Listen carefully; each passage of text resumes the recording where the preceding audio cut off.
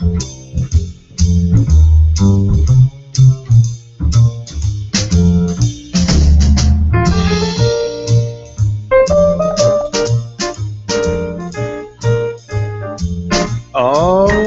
yeah.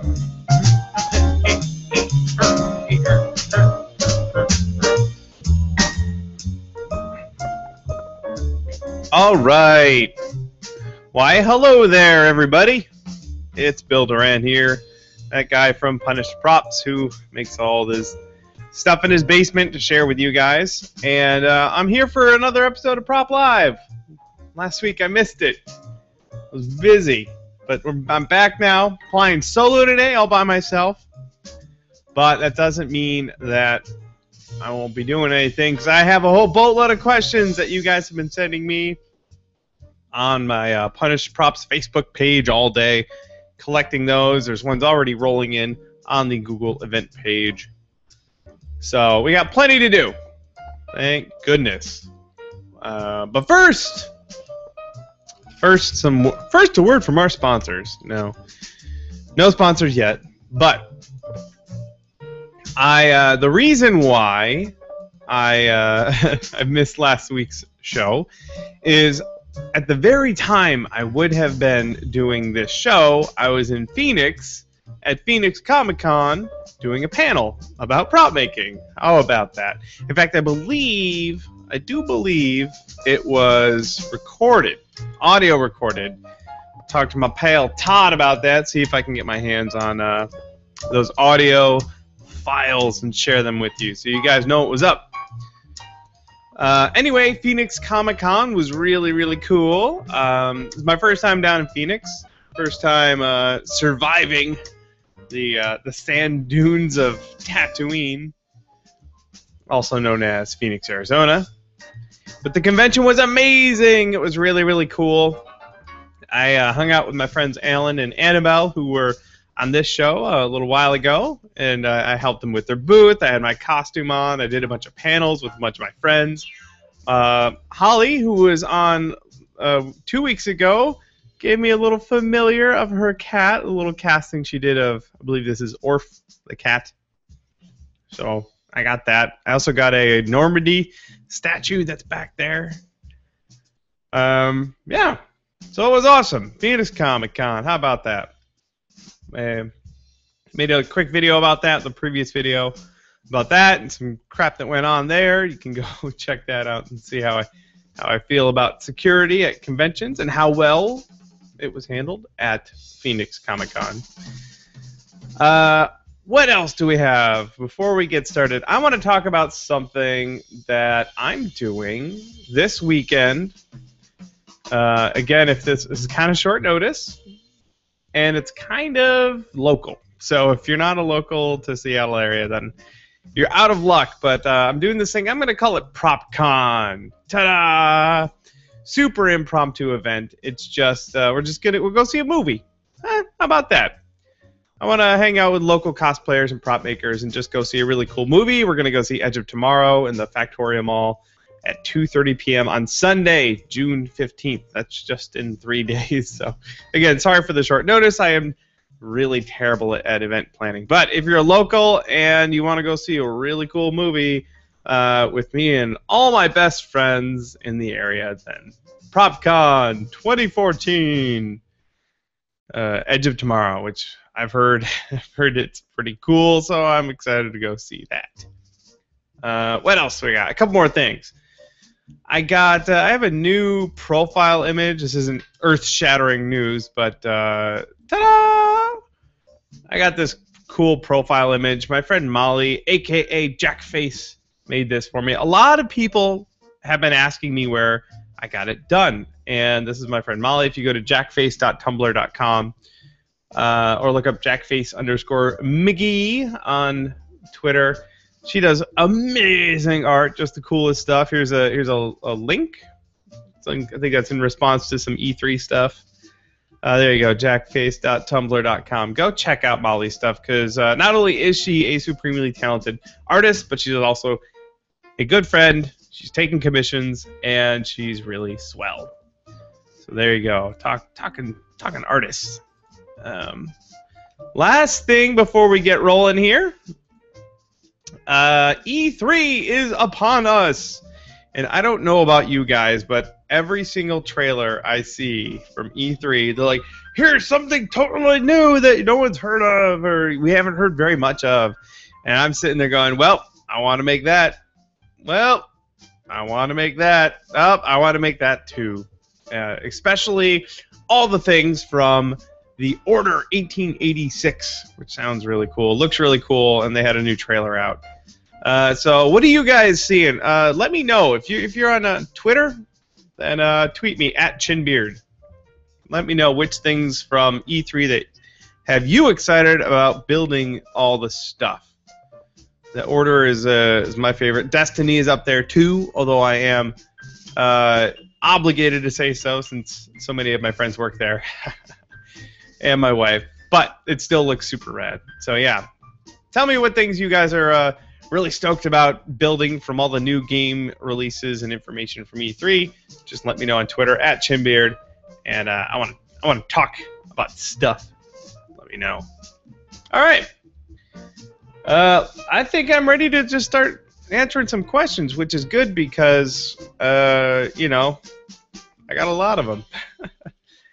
You guys certainly came out in droves today, and I'm going to just go ahead and get started. This first question comes from Justina over on Facebook. Again, if you follow facebook.com/punishedprops, you can, usually I'll post an image during the day when I'm going to do Prop Live. You can post a question there and make sure that it gets answered even if you don't make it to the live show. So, Justina wants to know, first and foremost question, why are you flying solo today? And I will tell you why. Because, excuse me, like I said earlier, I am really bad at planning events.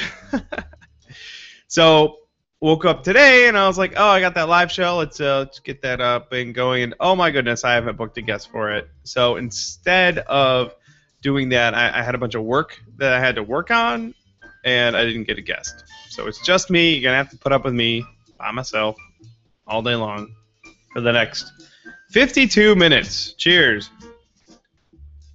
All right. This first question from the Q&A app. Again, if you're watching live, there's a Q&A app in the event, and you can just submit your questions live, and they show up in this neat thing for me, and I'll answer them. This first one comes from Alex. What are your top out-of-town convention tips? Well, since I was just in an out-of-town convention, meaning I traveled there to Phoenix, Arizona, if you have anyone local who is a friend or someone you know, even a little bit, have them take you, when you're not in the convention, have them take you like to get food or about or show you how the transit system works. To try and maybe get a little bit of that local flavor. Other than that, if you can book a hotel that's close, either book a hotel that's close to the convention center so you don't have to go very far, or stay with your friends. That's what I did. I stayed with my friends, Alan and Annabelle, and they had a car, and we just drove the 20 minutes into the convention each day, and that worked out great. And they knew the area. We would stop on the way to the convention to pick up snacks and beverages. And then on the way back, we'd pick up beer and pizza, which was my favorite thing to do right after a convention. So there you go, Alex. And pack your armor and props really well in your suitcase so they don't break. There's your out-of-town convention tips from Bill. All right. Well, there's a significant number of people here, guys. Thanks for joining. Thanks for sending your questions. I'm going to try and chew through a whole bunch more of these questions over on Facebook because there are a lot of them. Nathan, another, what's the word? Regular, I should say. Nathan, hello, buddy. Nathan's looking to make a very basic prop based on a pair of seamstress shears that he has. It has to be safe. Like a LARP level, like you could hit someone with it and they won't get hurt. I was wondering what you would recommend to make them. Now, the way I would do it, if I have something that already exists, is I would mold it and then cast it out of a safer material. So, for example, rubber. You could make a mold of your shears. Probably take them apart into 2 pieces, make a couple of molds, cast them in a rubber, and then you're not going to stab anyone with those. That's pretty important.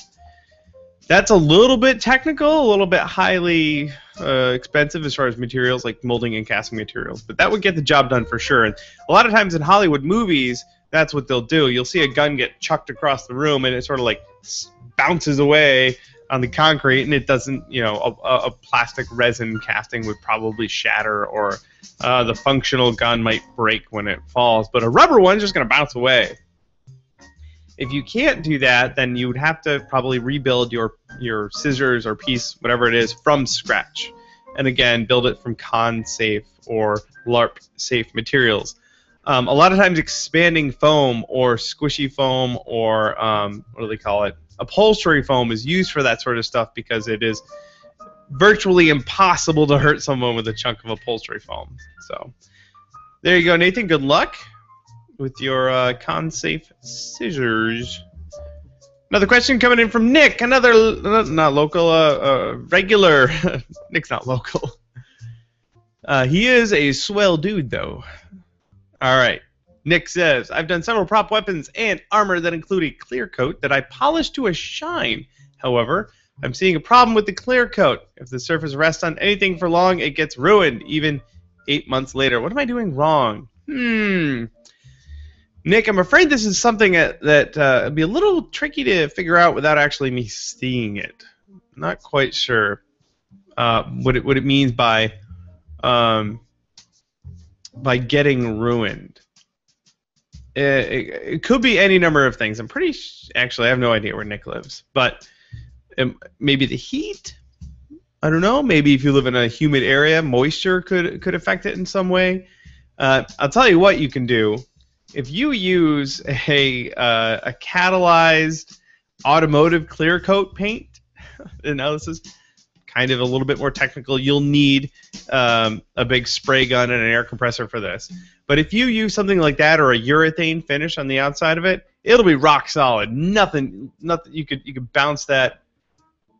You could bounce that off the pavement, and it'll be okay. So maybe try a different kind of paint. I don't know. All right, Nick. Thank you for your question. Good luck. Also, Eric is sending me a message saying it's possible that sometimes clear coats take weeks to dry, depending on the brand. Thank you, Eric.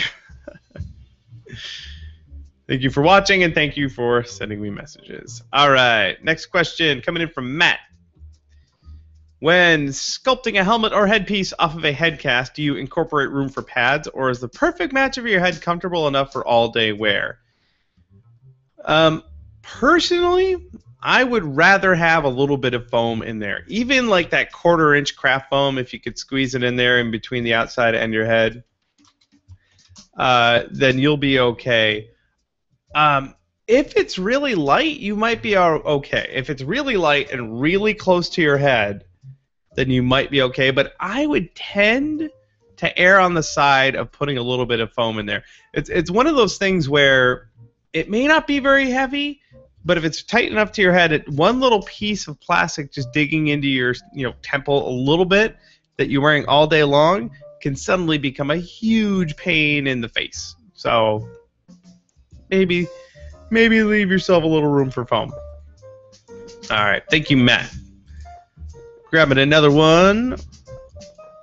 This one's coming in on the Q&A app. This one's from Alicia. And yes, Eric, I saw your question, or your comment.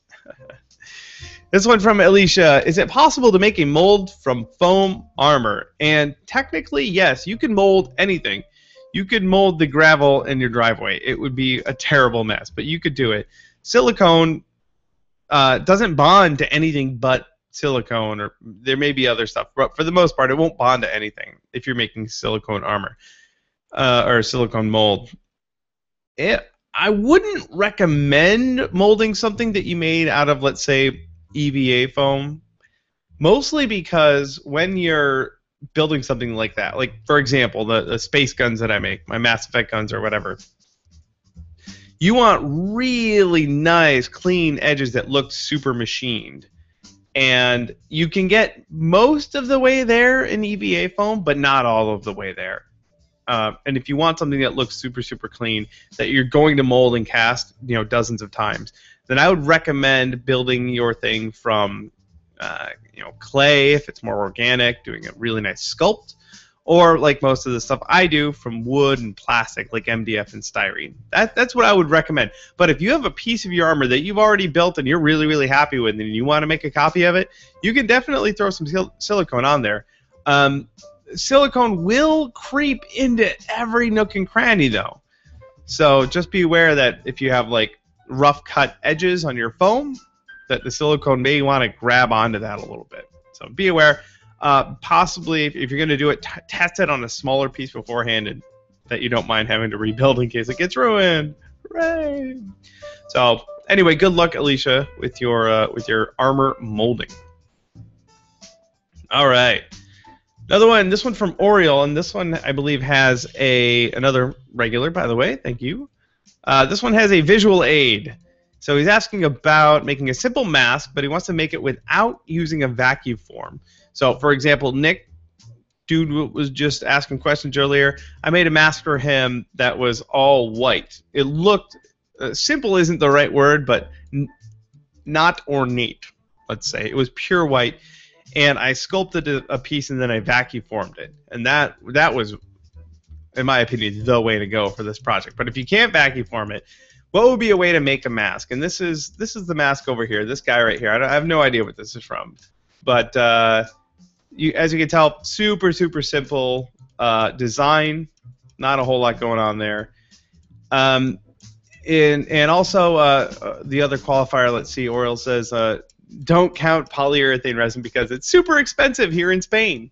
That's a bummer because I use a lot of polyurethane resin. In fact, I just had 6 gallons of it show up at my house today. How about that? 6. There were supposed to be 10, but I got 6.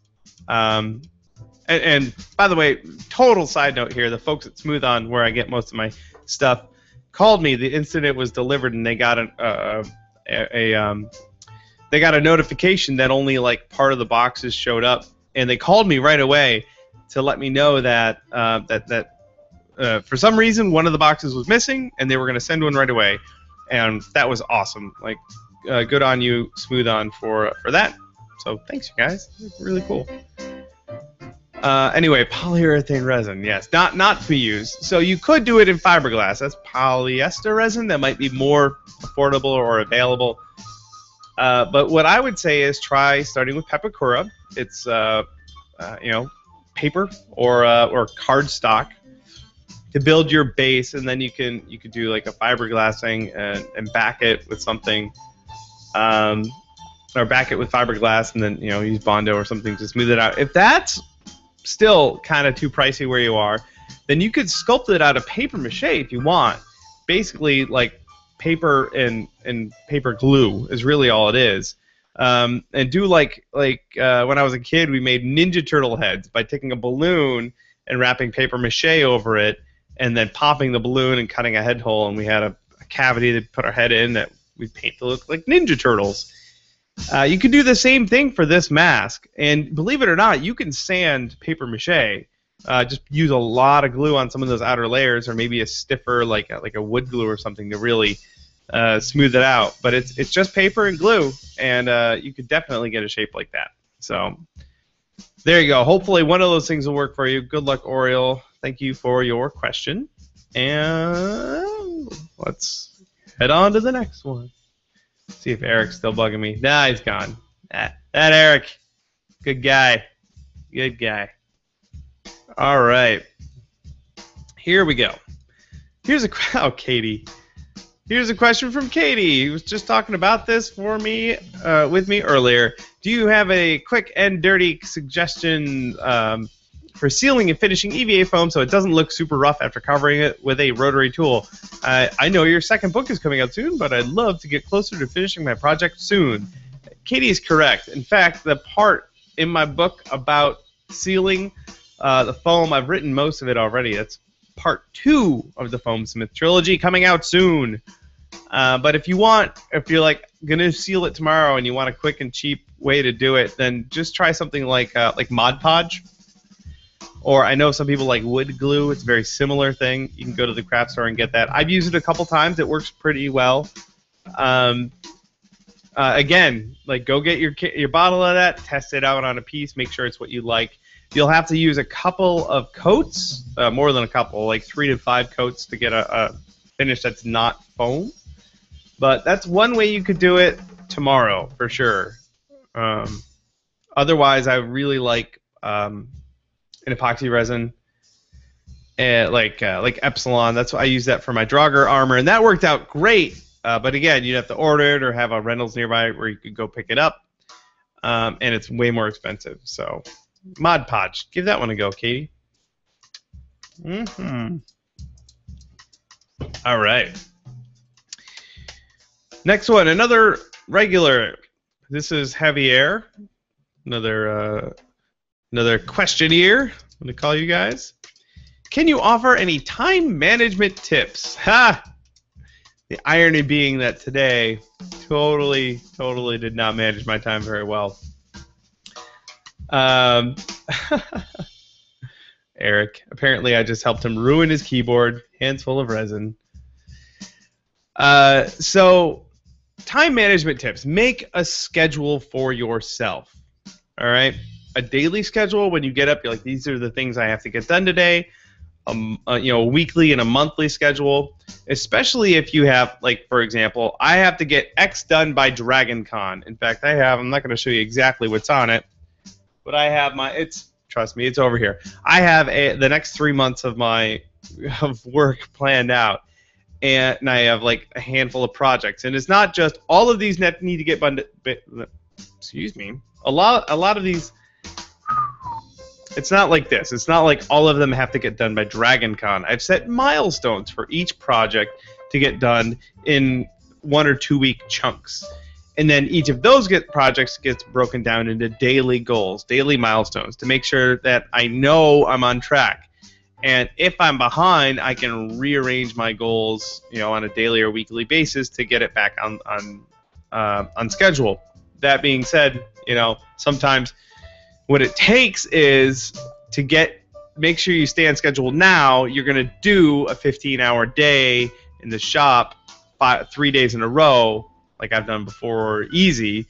Doing that now instead of doing it, having 3 weeks of those kinds of days the week right before DragonCon. So set milestones for yourself and make a schedule. All right, another one from the Q&A app. In light of recent events, the Phoenix Fiasco. I like the name of that, the Phoenix Fiasco. If you don't know what the Phoenix Fiasco is, which is what I'm calling it from now on, just watch my last video. I talk all about it. I had a little, nothing bad, nothing went wrong, whatever. I had a tiny scare, and I dealt with it. Just go watch my previous video. So Danny wants to know, I thought I'd lighten the mood and ask what your favorite, most rewarding fan experience has been thus far. Boy, that's a tough one. I'll tell you, I had a lot of people this last weekend at Phoenix Comic-Con, people who I've never met before, come up to me and thank me for the ebook I just put out.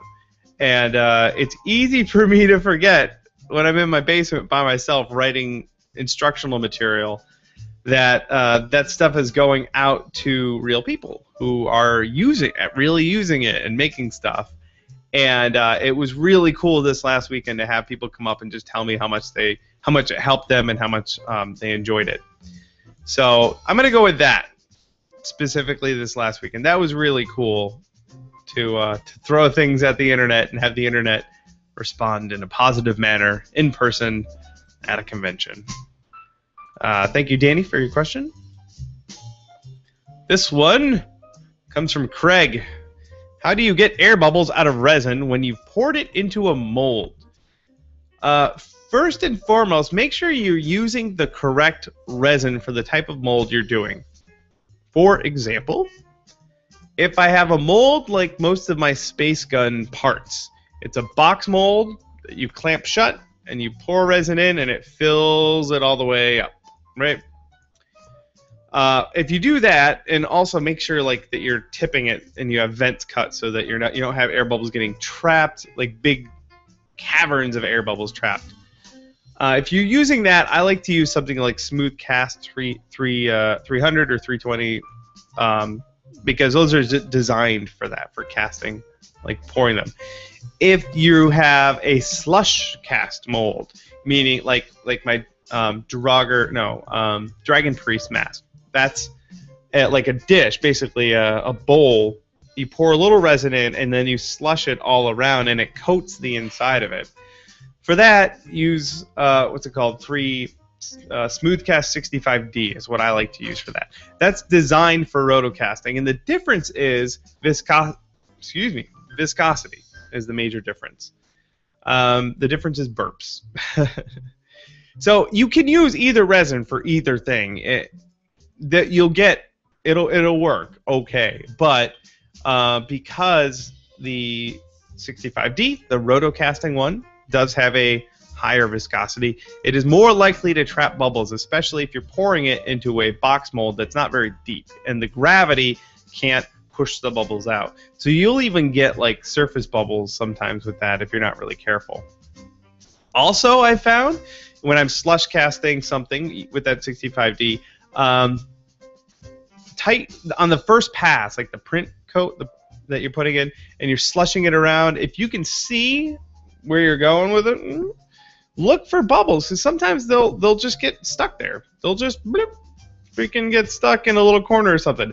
And then I'll use my air compressor, a little gun, to just gently, you don't want to blast it and just have resin go everywhere. Just put a little air on it to push that bubble away, and then just keep an eye on it. Once you have that first coat down, you should be pretty good. You're not going to get any more bubbles with your slush casting. So there you go, Craig. Hopefully that helped you out. Good luck with your bubbles. And yeah, there you go.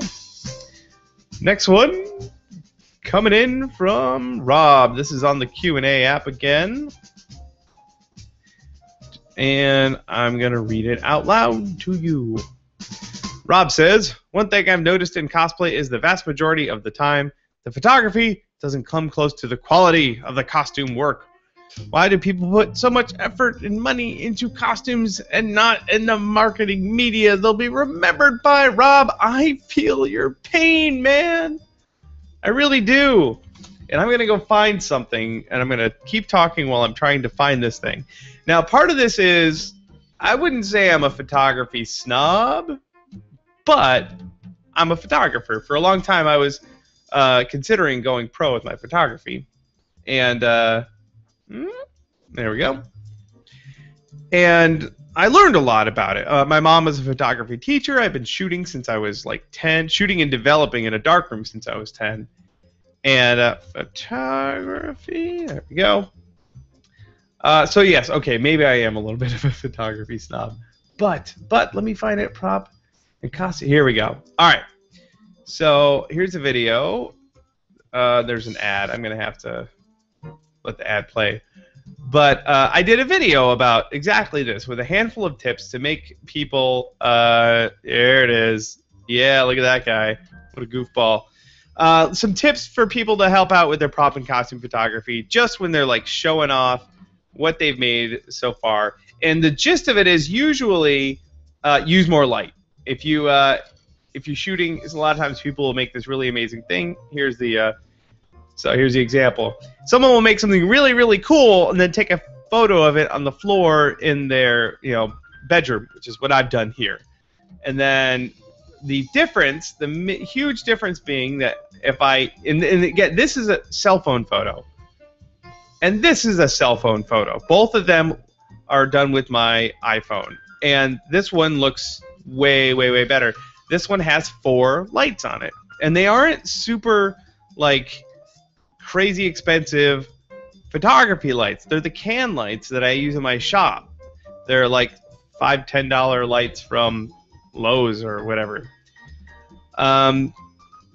So yeah, I don't know. I think a lot of people tend to forget that aspect of it. But I'm doing my part, Rob. I'm doing my part to spread the word of using more lights in your photography. So, yeah, there you go, everyone. And the other thing, too, folks, if you have a friend who is a photographer and you can bribe them with beer, which is what I do, then go do a real photo shoot. Like, go out when the sun's setting, or go out to a location, or go to a studio where there's lights and someone who knows what they're doing, and do a photo shoot, because A, you'll get some awesome photos, and B, it's a lot of fun. It's so much fun to go act out and try fun new things and do goofy photos. My photographer Nate likes to have a really good time with that. We took our draugrs out to a photo shoot, and on the way back we saw a playground, so we stopped and got photos of us on the playground equipment, which was a really good time. So there you go, folks. Go take better pictures of your stuff. I can help you. All right. Let's see here. Chris wants to know, what's your process when you get stuck on a certain piece of prop, a certain piece of a prop that you're making? Like if you don't have every angle or reference of it, or something just isn't working. First of all, I always have like 10 projects in the hopper. So if one of them is kind of frustrating at one point, I'll set it down and I'll go work on a small part, different part of it, or something else, so that I can finish something and feel good about myself, get that little endorphin rush, and not feel like I've wasted a whole day not really accomplishing something. If I can't get a really good reference angle of something, then neither can anyone else. So I will make it up, because no one can call me on it. I'm really good at finding reference images. I was a 3D modeler for a long time, and part of my job as a 3D modeler was finding reference images of stuff so that I could model it. So if I can't find it, no one else can, and they won't know that I made it up. So there you go, Craig. Or Chris, I'm sorry. All right. This is Carter. Carter wants to know, you have the Blue Yeti in the background. That's that right there. The microphone, this guy. Ding, ding, ding. What do you use it for? What is the mic setup you're using right now, and how is it mounted? The Blue Yeti, a friend of mine, my friend Dodd, sent that to me, but I also got a different mic, that this guy right here. This is CAD? D? I don't know. My other friend Matt sold me this guy right here. It's a compression mic, and I have it set up here. I'm going to move the camera just to mess with everyone. I've got that super rad audio board right there. And I get a lot more control. I like the sound from the compression mic a little bit more.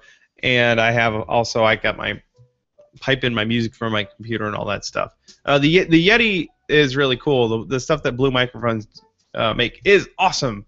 But that's a USB mic, and it won't plug into my board. So going with this one. All right. Thank you, Carter. Next one coming from Christian. How do you make armor for yourself if you don't have help? That is a terrific question. A lot of times you'll be making armor, and you got to like try it on or see how it looks, and having another person around is really fantastic. Fortunately for me, I married a helper, so my wife is always around, or usually around, for me to bug whenever I need a hand. If you, say, live by yourself and you need help, I would recommend either getting a body torso casting done of yourself, which is what I did, or buy a dress form. You can get dress forms that come in various sizes, and usually they come in they have a range that they can accommodate. So you can adjust them to roughly what your body size is. So either get a torso made of yourself, or just buy a dress form. And look on Craigslist. Those things are always on Craigslist. People wanted to sell or get rid of them. If you're looking for an even cheaper alternative, look for a mannequin that's roughly the same shape as you. Good luck, Christian, on your armor making. All right. I tell you, I thank my lucky stars every day, not just for the cosplay aspect of it, but having my wife around is really handy, I'll tell you. Score the big points. All right, this one's coming from CoreGeekNet, a.k.a. my buddy Eric, local dude. Maybe I'll see him at PropCon.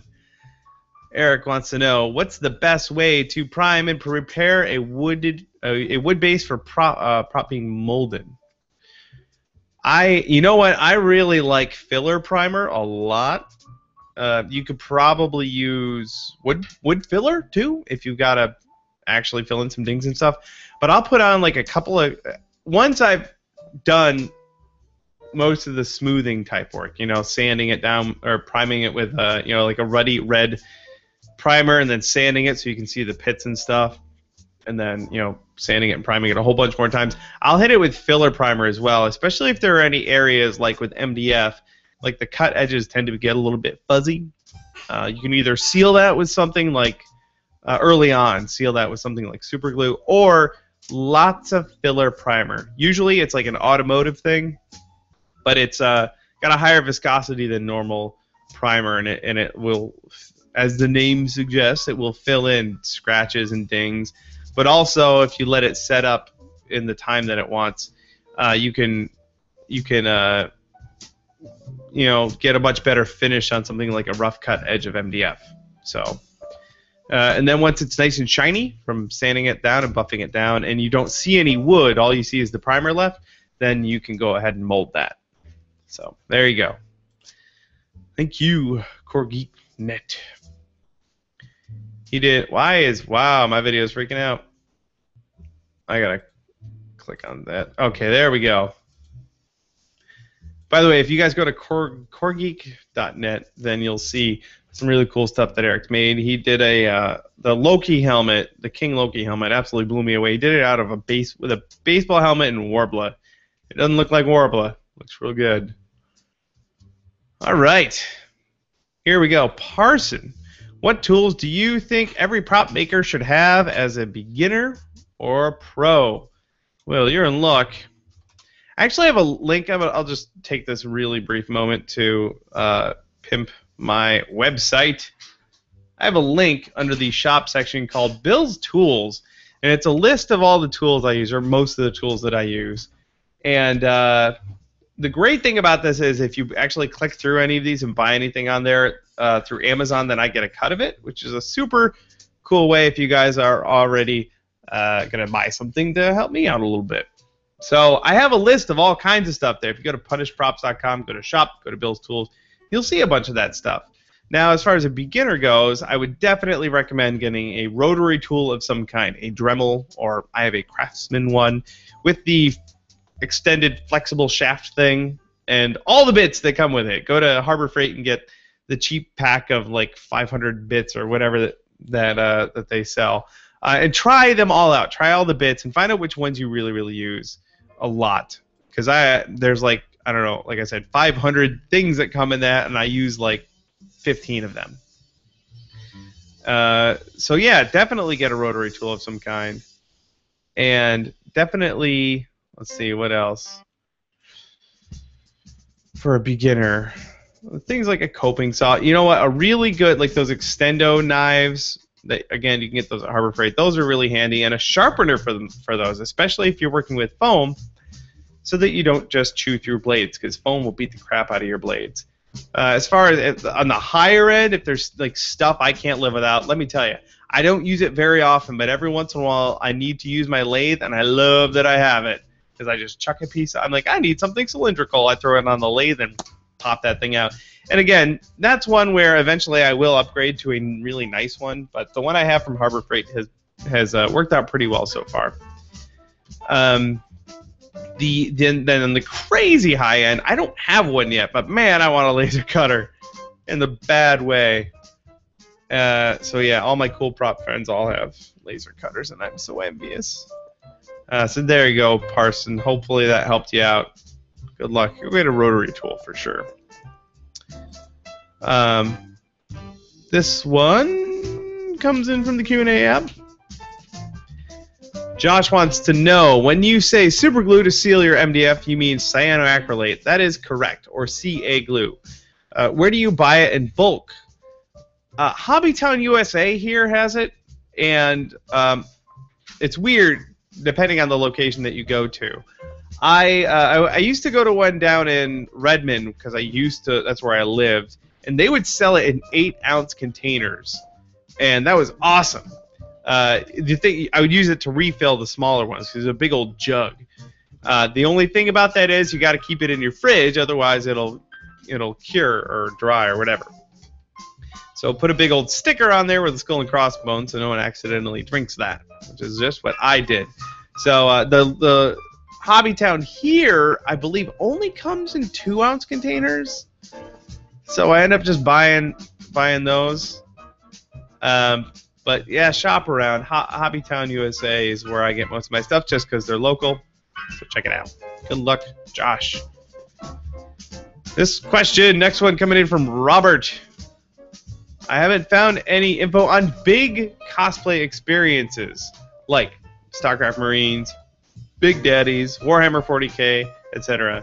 Pointers and recommendations, experience, and materials. All right, let's see here. We're going to talk about... I've seen Warhammer 40K Marine armor done out of EVA foam, and it looked really great, and the name is totally blanking me right now.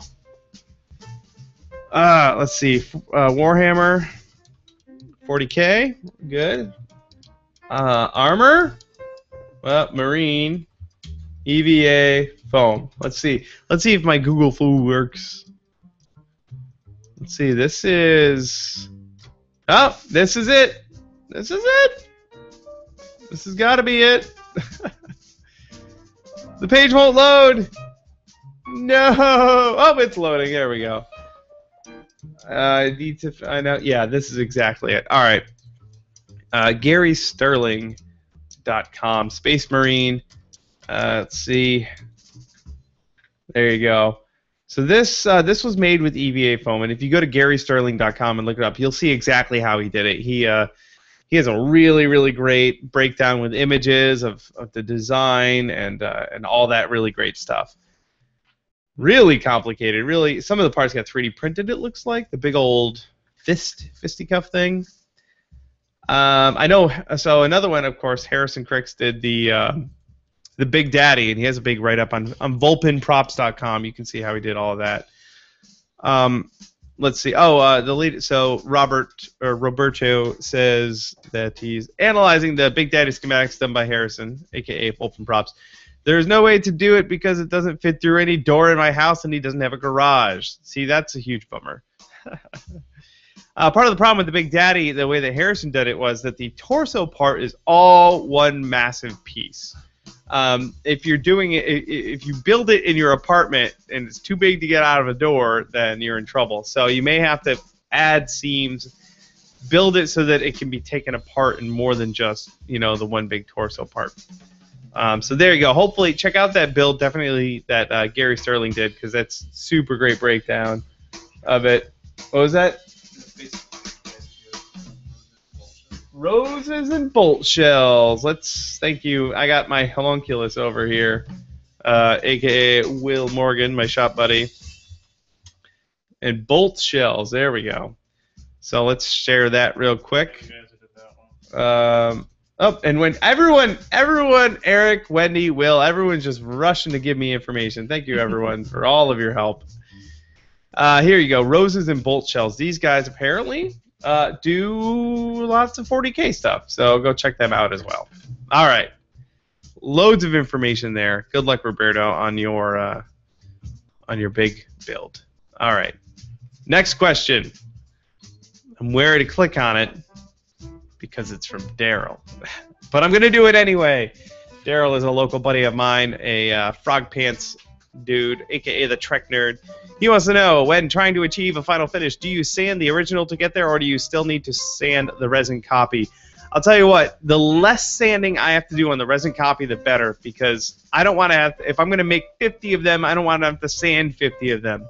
I make the master, as you would call it, or the original, the finish that I want the whole thing to be. If I can pop it out of the mold, give it a quick buff with a fine sanding sponge, prime it, and sand it right away, then I'm going to be a happy dude. So yeah, get that finish as close to finished as possible on the master. I know that Daryl is working on a phaser, a Star Trek phaser. So good luck, man. All right, got about 15 minutes left. Got a whole crap load of questions left. You guys are kicking all the asses today. Kevin wants to know. Kevin, another Men vs. Cosplay calendar dude. Let's Let's see. Kevin wants to know, do you have an estimate when the next installment of the Foamsmith trilogy will be available? I think Kevin's worried that he's not going to be able to finish his armor by DragonCon unless I get my book out. Soon, Kevin, soon. I'll tell you what, you're not the only person chomping at the bit to get that thing. Lots and lots of people really, really want it. And I have this picture in my brain, like, everyone grabbed the first book, they ran out and they built their armor, and now they're just waiting. They're like, I want to paint it, but that book isn't out yet. I'm like, so soon, very, very soon. I've already started writing it. Part of the problem is I have an event in just a couple of weeks. Let's see, 1, 2, 3, in 3 weeks called Nerdtacular in Salt Lake City. I have a bunch of stuff I have to do to prepare for that. But after that, then I don't have a break per se. I still have lots of commissions to get done, but then it'll be full steam towards DragonCon. I will say it will be done before DragonCon, so that's a promise from me to you, Kevin. Good luck painting your armor. All right, another question. This one's from Florence. Do you ever find yourself falling down a rabbit hole in terms of getting things absolutely perfect? How do you get out of those under a deadline? I've learned what's good enough, and fortunately for me, good enough is still a very high bar to hit. Although, I mean, as an artist, as a person who is kind of picky about stuff, you have to learn to just. It's never going to be perfect. Every project I've ever finished could all use a little more work. If I had the chance, it would never leave my shop. So I have to learn what I think is acceptable and how much time is worth spending on certain stuff. That's it's pretty key, especially when you're making deadlines or doing commissions too. You know, trying to make a living at it. Learn what's good enough for you, Florence. I can't tell you what that is. You got to figure that out for yourself. This guy's just watching me. That guy right there. It's my homunculus in the corner. He's trying to tell me it's beer o'clock. I tend to agree. All right. Next question. This one comes from Garrick. I met Garrick at Comic-Con this last weekend. He's a super cool guy. All right. Have you ever thought about working on projects other than props, like set construction or resin or model figure creation?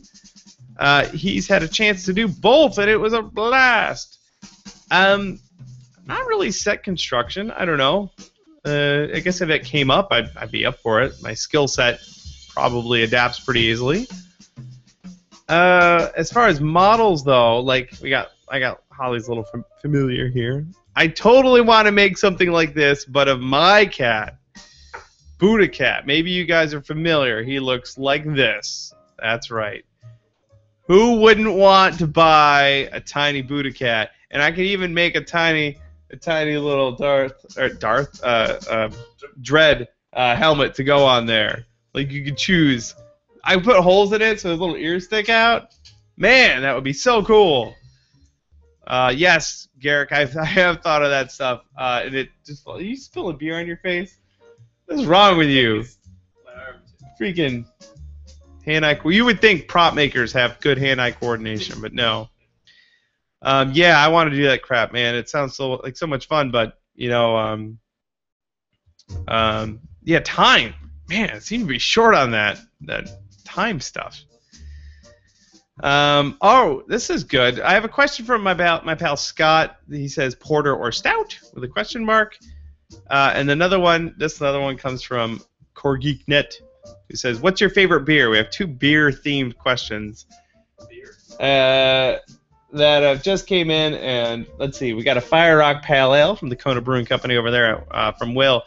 Right now, my very, very favorite beer, and I have a lot of favorite beers, but my very favorite one right now is from the Great Divide Brewing Company. It's called Yeti, and there are a couple of different flavors.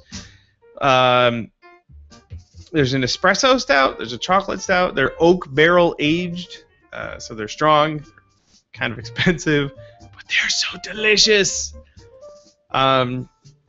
So Scott, yeah, if I'm thinking beer right now, if I had one right now, a stout or porter, then I probably feeling like a smoky kind of porter. That sounds really good. And instead, I have a Diet Sunkist. So, but yes, my attitude towards beer too is like I have beers I like. I have favorite beers, but my very favorite beer in the world is free beer. That is hard to beat. So, thank you guys. This one comes from Mike. How have you been enjoying Heroes of Cosplay Season 1.5? Any thoughts on it? I've only seen the first episode. I've got them all. I've subscribed to them on iTunes, so I've got them all. I just haven't had a chance to watch them. I could have watched it on the plane. Anyway, the first episode I saw was really cool. It was at Kamikaze. I was there. They filmed me talking to Jesse Loggers, my buddy. But it didn't get put in. It was just background stuff. But some of my props were in the show. My pal Nick, talked to him earlier. That mask he wore up on stage, he looked amazing as Citizen V. That was really cool. And then there was a Kasumi from Mass Effect went across the stage with one of my Phalanx pistols from Mass Effect. That was cool. Seeing stuff I made up on TV. That was really, really neat. As far as the actual show goes, I had a lot of fun watching it. I saw a lot of people I know and my friends who were enjoying themselves building costumes, and it's hard not to just kind of smile when I watch that. So yeah, I liked it a lot. The first episode, I really did. I think that they drilled a little bit better into the collaborative, friendly nature of cosplay, and that was really good. Unfortunately, I think the ratings were not as good as the previous one.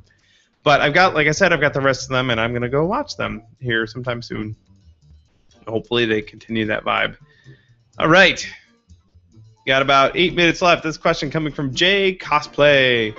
To date, what is your favorite thing that you built, and what are you looking forward to the most in making? It's hard. It's like picking your favorite child or pet. I'm going to be an artist today, and I'm going to say my favorite thing I've ever made is the last thing I've ever made, and everything else is crap. That's not true. I did finish a project, which I can... oh, my God. I think I could talk about it next week. I just finished a really big project that was under NDA, but it's coming out soon, and I'm super, super excited to talk about that. So I'm going to go with that. I'm going to be a jerk. Say I'm going to go with Secret Project. That's my favorite. What am I looking forward to? I have a whole crap ton of stuff coming up for DragonCon. One of them I just built, drew some blueprints for, is the M98 Widow from Mass Effect, a giant sniper rifle. It'll be my first big gun from Mass Effect, so I'm really looking forward to make that. Thank you, Jay. Last one here from Facebook earlier. We're almost done, man. You guys poured on the questions. This one's from Adam. How many coats of primer and how many coats of paint should one use to avoid wearing through to the raw material? I use rattle cans at the moment, if that makes a difference, from airbrushes. Usually, like the primer, I'll put on like something like a gun, and I'll just put on enough primer, 1 or 2 coats, just to get coverage. Let that dry overnight. Make sure it's good and set up for the paint. And then I'll paint it until it looks good. If you're worried about wear and tear, put a lot of clear coats on there, and let it dry really, really well. Make sure you're picking clear coats that dry in days instead of weeks. And if you're really worried about wear and tear, like I said earlier, you can get catalyzed automotive paints or urethane. That will turn it into a nice hard shell on the outside. That being said, like the guns, I have a couple of my Mass Effect guns I used this weekend, and man, they got beat up. And I've used them with my costume for over 2 years now, and they still look good, but you can tell, like you can see the material underneath. Excuse me.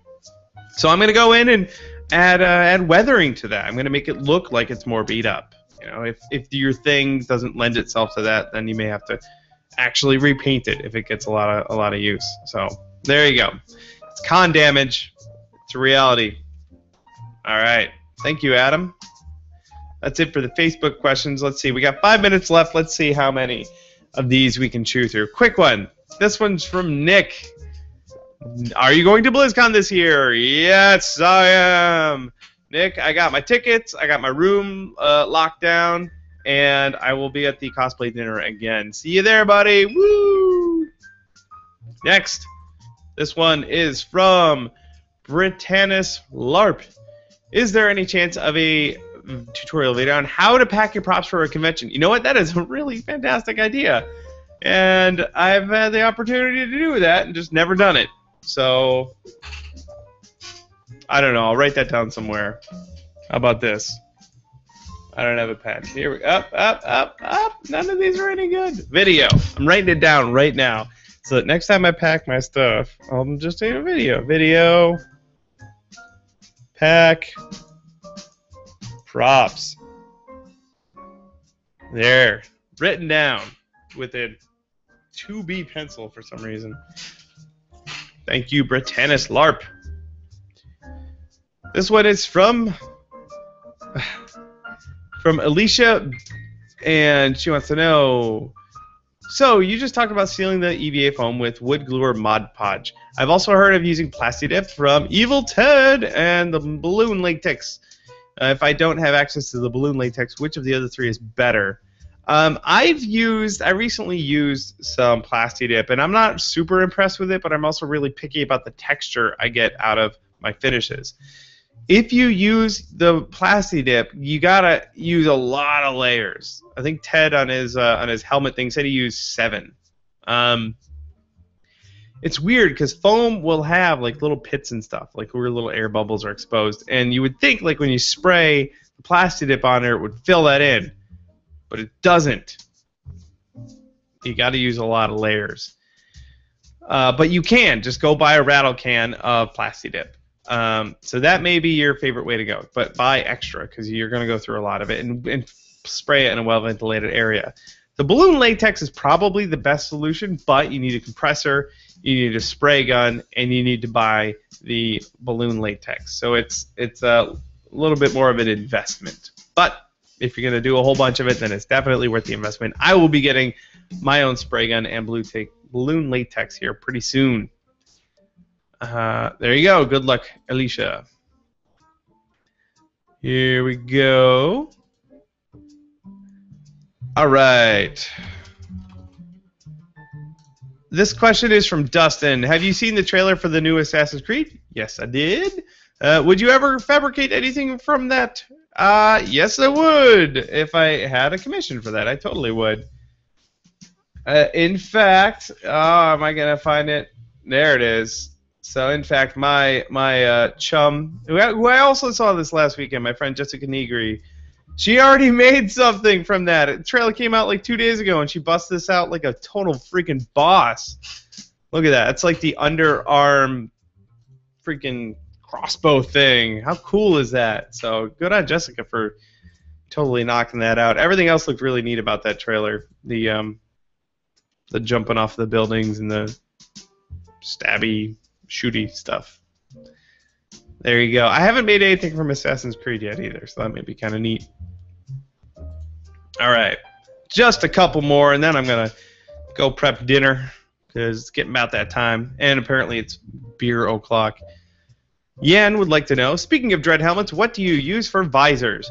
For that dread helmet that I got, the kit was from my friend David at 2 Story Props, and he recommended a motorcycle helmet. He had a specific one that he recommended, and in fact the helmet, the visor, was put in upside down because it's supposed to be a straight line across the nose, so it's an upside down motorcycle helmet.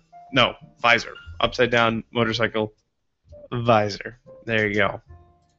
You could also make your own, but $12 for a cheapo tinted visor was perfect.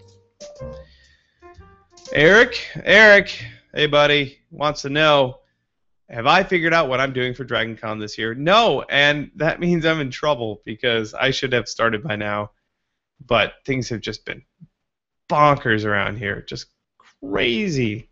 My wife and I think we know what we want. I'm not going to say anything until I get started because holy crap, I've got a lot to do before then. But I am looking forward to seeing you there, Eric, and seeing what you cook up as well, buddy. Let's do one more. One more good question. All right. Not you, Daryl. Sorry. Out of luck. Beep, beep, beep, beep. Someone says, hello from Paris. Hi. Let's see. Oh, this is a good one. Another one. Last one here coming from Oriole. Are you planning another video list like the one you made for Risty's Mason Shield build process? Probably not. I made that video series as a very in-depth, start to finish, this is how I do my builds. Now, if my process changes a lot in the next couple of years, maybe I'll do another one of them. But for now, most of my full build videos are going to be one, just finished, beep, this is kind of how I did it. And I'll put links in the description to the materials and tools that I've used, because otherwise I will be repeating myself over and over and over again. With each build, because I use a lot of the same techniques over and over again. So, yeah, probably not a huge series again, but every prop, just about every prop I make, I like to do a full build video. Recently, what's the one I did recently? I don't remember. I should. It's my website. You can go to punishedprops.com, and all the videos are showcased front and center. So we've got the Psy Blade and Stalker blades from WildStar. That was the last full build that I made a video of. And this helmet, actually, the foam fabricated helmet I did. This guy right here. Boop. This one is start to finish the entire process right there, just in one 5-minute long video. And like I said, the techniques I use, like it explained in other videos, I'll link back to them. So there you go. Thank you, Oriole. And thank you, everyone else. There's a whole bunch of you guys in here.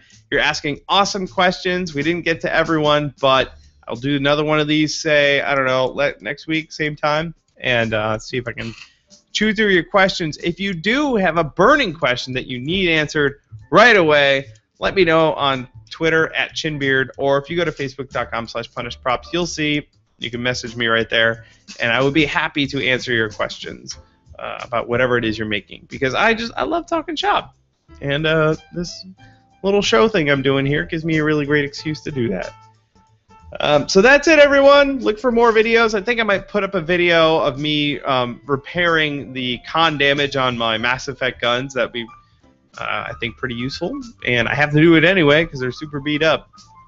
So look forward to that coming in the future. And other than that, I can't thank you guys enough for showing up, and I can't wait to do this again next week. So long, everyone. You guys go out there, enjoy your weekend, and if you're local, I'll see you at PropCon.